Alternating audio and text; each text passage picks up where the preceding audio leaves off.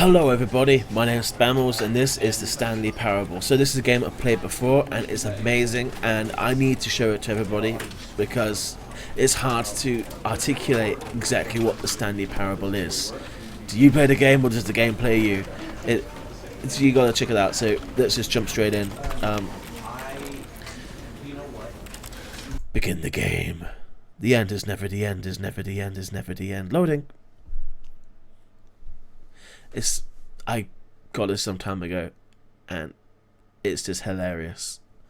So we're not going to play too much of it, we'll play just a little bit of it, keep this video short, and hopefully you'll be able to see what it is and it might inspire you to buy it yourself. Check it out, it's on Steam, it's really cheap.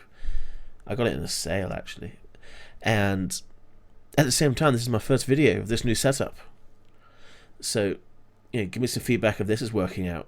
I have no idea if this is going to work or what. Oh, load, you bastard. I might just cut this bit a little bit. This is the story of a man named Stanley. Stanley worked for a company in a big building where he was employee number 427. Employee number 427's job was simple. He sat at his desk in room 427 and he pushed buttons on a keyboard.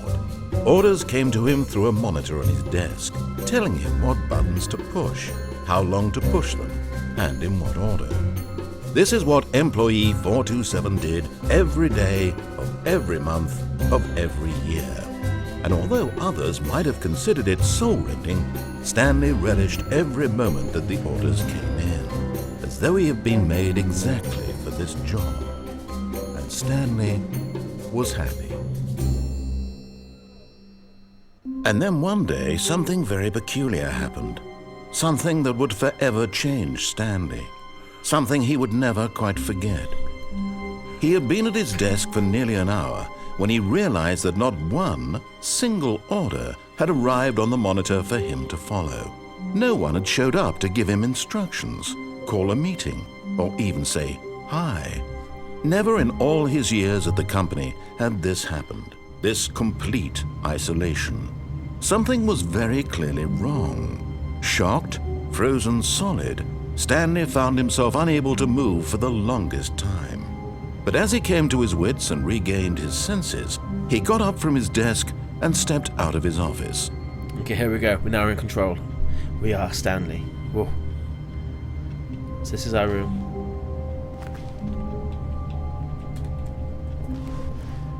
I don't want to leave. But Stanley simply couldn't handle the pressure. What if he had to make a decision? What if a crucial outcome fell under his responsibility? He had never been trained for that. No.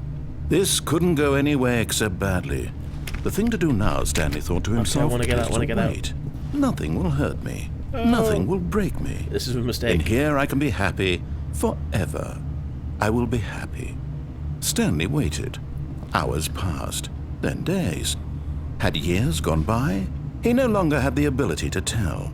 But the one thing he knew for sure, beyond any doubt, was that if he waited long enough, the answers would come. Eventually, someday, they would arrive. Soon, very soon now, this will end. He will be spoken to. He will be told what to do. Now it's just a little bit closer. Now it's even closer. Here it comes. And there you go, that's one of the endings. So you get the idea. The narrator's going to tell you where to go, but you don't have to listen to him. He tells me to leave. Okay, I'm going to do it. In this playthrough, I'll just do exactly what he says. All of his co-workers were gone. What could it mean? Stanley decided to go to the meeting room. Perhaps he had simply missed a memo. No matter how hard Stanley looked, he couldn't find a trace of his co-workers. No one here? Hello, hello? I have Mondays. I don't think so. Stanley went around touching every little thing in the office, but it didn't make a single difference, nor did it advance the story in any way. This narrator is just fantastic. The guy needs to do more work because he's just got that voice. Okay, this is the way. See, all these rooms are empty. Uh-oh. When Stanley came to a set of 2 open doors, he entered the door on his left. Oh, man. Should I do it? Should I? I don't think I want to. No, I said I was going to listen to him each time. So this time we will do what he says. Yet there was not a single person here either. Feeling a wave of disbelief, Stanley decided to go up to his boss's office, hoping he might find an answer there.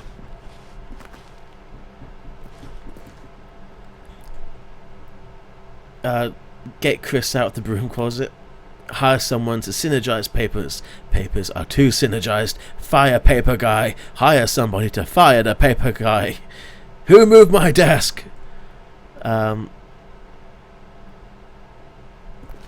Employee. Okay.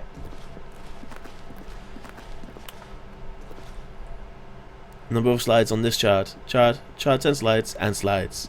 This is like your typical office bullshit. The broom closet. Wasn't Chris in here? Nope. Stanley stepped into the broom closet, but there was nothing here, so he turned around and got back on track. Wait, Reddit.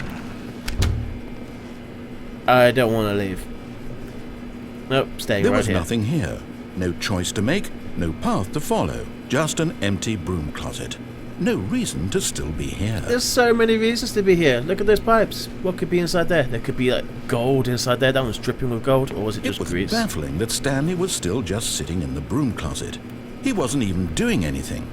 At least if there was something to interact with, he'd be justified in some way. As it is, he's literally just standing there doing sweet FA.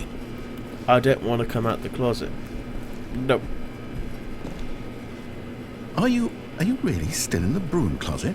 Standing around doing nothing? Why? Please offer me some explanation here. I'm genuinely confused. No. It's gonna stay right here. I'm happy. I'm safe. I have everything I need. You do realize there's no choice or anything in here, right? If I'd said Stanley walked past the broom closet, at least you would have had a reason for exploring it to find out. But it didn't even occur to me because literally this closet is of absolutely no significance to the story whatsoever. I never would have thought to mention it. This is part of the genius of this game. No, I refuse to Maybe leave. to you this is somehow its own branching path. Maybe when you go talk about this with your friend you'll say, "Oh, did you get the broom closet ending? The broom closet ending was my favourite." I hope your friends find this concerning. I want a t-shirt. The broom closet ending. Someone please do that. Stanley was fat and ugly and really, really stupid. He probably only got the job because of a family connection. That's how stupid he is. That or with drug money. Also, Stanley is addicted to drugs and hookers. Yep, drugs and hookers. And blackjack. Well, I've come to a very definite conclusion about what's going on right now. You're dead. You got to this broom closet, explored it a bit, and were just about to leave because there's nothing here, when a physical malady of some sort shut down your central nervous system and you collapsed on the keyboard. Well, in a situation like this, the responsible thing is to alert someone nearby so as to ensure that your body is taken care of before it begins to decompose. These are essential Hello? things. Anyone who happens to be nearby? The person at this computer is dead. He or she has fallen prey to any number of your countless human physiological vulnerabilities. It's indicative of the long-term sustainability of your species. Please remove their corpse from the area and instruct another human to take their place at the computer, making sure they understand basic first-person video game mechanics and filling them in on the history of narrative tropes in video gaming, so that the irony and insightful commentary of this game is not lost on them. All right, when you've done that, just step out into the hallway. Okay. We are running out of time, so I need to crack on. So, human, take control. Ah, second player. It's good to have you on board. I guarantee you can't do any worse than the person who came before. You too? Unbelievable. I'm at the mercy of an entire species of invalids. Perhaps there's a monkey nearby you can hand the controls to. A fish? Fungus? Look, you can hammer out the details. I'm not particularly picky. I'll just be waiting for when you're ready to pick up the story again. Oh, he sounds a bit sad at the end. Right, let's continue. Goodbye, broom closet. And then there's a stairwell. Coming to a staircase, Stanley walked upstairs to his boss's office. We'll follow the story for now. But as you can see, there's multiple options to take different paths. Stepping into his manager's office, Stanley was once again stunned to discover not an indication of any human life. Shocked, unraveled, Stanley wondered in disbelief who orchestrated this. What dark secret was being held from him? What he could not have known was that the keypad behind the boss's desk guarded the terrible truth that his boss had been keeping from him. And so the boss had assigned it an extra secret PIN number, 2845. But of course, Stanley couldn't possibly have known this. Yet incredibly, by simply pushing random buttons on the keypad, Stanley happened to input the correct code by sheer luck. Hey. Amazing. He stepped into the newly opened passageway. I am amazing. I am Stanley. Fear me. Now this is very much like Portal. Actually, there is kind of a Portal feel to this. And this is that I think Gladys would be at home here. That'd be a great cameo if Gladys came over instead of the narrator. Loading. Oh.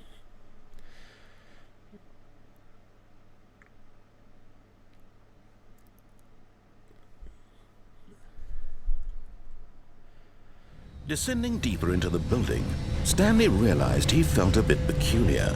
It was a stirring of emotion in his chest, as though he felt more free to think for himself, to question the nature of his job. Why did he feel this now, when for years it had never occurred to him? This question would not go unanswered for long. Okay. Stanley walked straight ahead through the large door that read Mind Control Facility. Forget that. If light is on, call extension 914 immediately. Right. Mind control facility. Wait a minute. Well, we're doing what he said, so we'll follow the rules. Ooh, a button.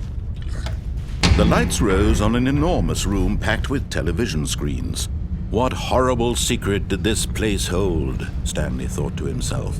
Did he have the strength to find out?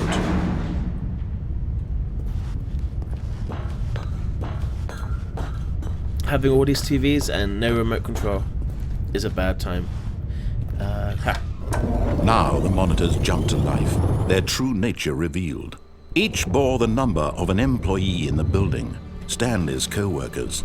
The lives of so many individuals reduced to images on a screen, and Stanley, one of them, eternally monitored in this place where freedom meant nothing. Freedom means nothing.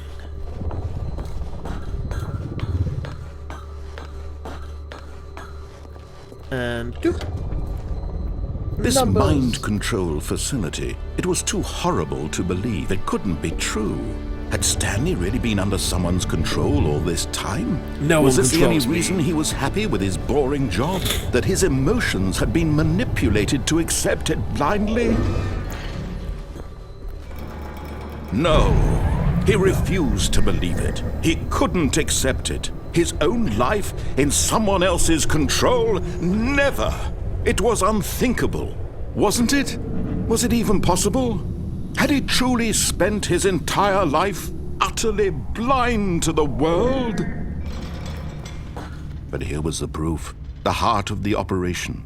Controls labeled with emotions. Happy, or sad, or content. Walking, eating, working. All of it monitored and commanded from this very place. And as the cold reality of his past began to sink in, Stanley decided that this machinery would never again exert its terrible power over another human life. For he would dismantle the controls once and for all. Right. So we have the power. We can either fight the system and turn off the mind control, or we can embrace it and power it up and become supreme master of everything. It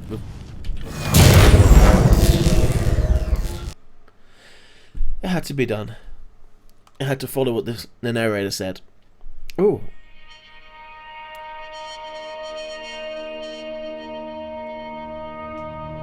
Inspiring Blackness. sounds. And a rising chill of uncertainty. Was it over? Yes! He had won! He had defeated the machine! Unshackled himself from someone else's command. Freedom was mere moments away. And yet, even as the immense door slowly opened, Stanley reflected on how many puzzles still lay unsolved. Where had his co-workers gone? How had he been freed from the machine's grasp? What other mysteries did this strange building hold? But as sunlight streamed into the chamber, he realized none of this mattered to him. For it was not knowledge or even power that he had been seeking, but happiness. Perhaps his goal had not been to understand, but to let go. No longer would anyone tell him where to go, what to do, or how to feel. Whatever life he lives, it will be his. And that was all he needed to know. It was perhaps the only thing worth knowing. Stanley stepped through the open door. Okay. Goodbye, Black Void. Hello, adventure! Stanley felt the cool breeze upon his skin, the feeling of liberation, the immense possibility of the new path before him. This was exactly the way, right now, that things were meant to happen. And Stanley was happy. I was happy. So that is the entire Stanley parable. If you just do what the guy says. You could do this in about 15 minutes. But it's not the end. It's never the end. The end is never the end, is never the end. Right, it's cool time now. Keep watching and check out the next video. We're gonna go against what the guy says and really see if we can wind him up. Otherwise, thanks for watching. Rate, comment and subscribe, because I got no subscribers. I have no one following me. This is my first video. And give me feedback, see how this went. So thank you very much, and I'll see you next time. Bye.